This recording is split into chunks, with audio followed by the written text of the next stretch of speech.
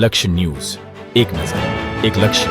ડભોઈ પંથકમાં પ્રજાસત્તાક પર્વની ઉજવણીમાં દેશભક્તિના રંગે રંગાયું. નગર તાલુકાની જુદી જુદી સરકારી કચેરીઓ, શાળા, કોલેજોમાં ધ્વજવંદન કાર્યક્રમો અને સાંસ્કૃતિક કાર્યક્રમો યોજાયા. તાલુકા કક્ષાનો કાર્યક્રમ કરનાળી ખાતે યોજાયો તો ડભોઈ નગરપાલિકા ખાતે ધારાસભ્ય શૈલેષભાઈ મહેતાએ ધ્વજવંદન કર્યું.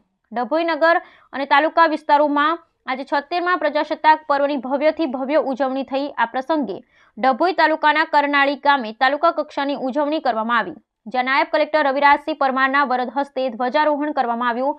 તો બીજી તરફ ડભોઈ નગરપાલિકાના નવીન બિલ્ડિંગ ખાતે ધારાસભ્ય શૈલેષભાઈ મહેતાના વરદ હસ્તે ધ્વજવંદન કરવામાં આવ્યું.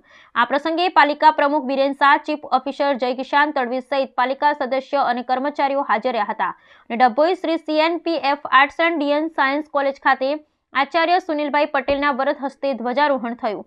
ડભોઈ નગર અને તાલુકાની જુદી જુદી સરકારી કચેરીઓ અને શાળા કોલેજોમાં પણ પ્રજાસત્તાક પર્વની ભવ્ય ઉજવણી કરવામાં આવી. સાથે સાથે સાંસ્કૃતિક કાર્યક્રમ પણ યોજાયો હતો. આજના 76મા ગણતંત્ર દિવસની હું તમામ દેશવાસીઓને શુભેચ્છા પાઠવું છું.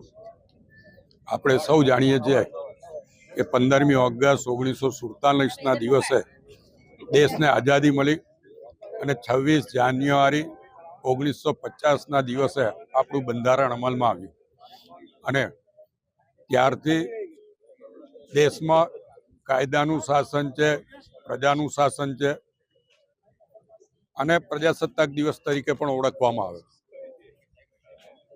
આપણા બાબા સાહેબ આંબેડકરની અધ્યક્ષતામાં આ બંધારણ ઘડવામાં આવ્યું હતું અને એનો મુખ્ય સિદ્ધાંત જીવો અને જીવવા દો.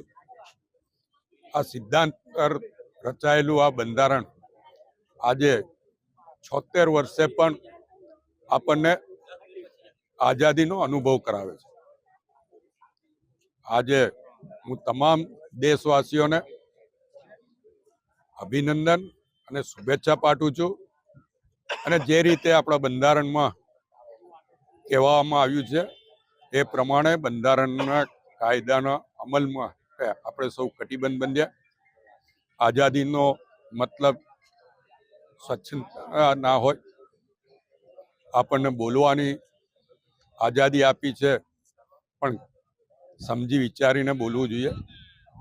એ જ રીતે આ લોકશાહી છે. લોકશાહીમાં લોકો માટેની સરકાર હોય છે. ત્યારે આપણા વડાપ્રધાન જે વિકસિત ભારતનું સપનું લઈને નીકળ્યા છે એમાં આપણે સૌ સહભાગી થઈએ અને વિકસિત ભારતની સાથે વિકસિત ડભોઈ અને વિકસિત દર્ભાવતીનો સંકલ્પ પણ આપણે લઈએ.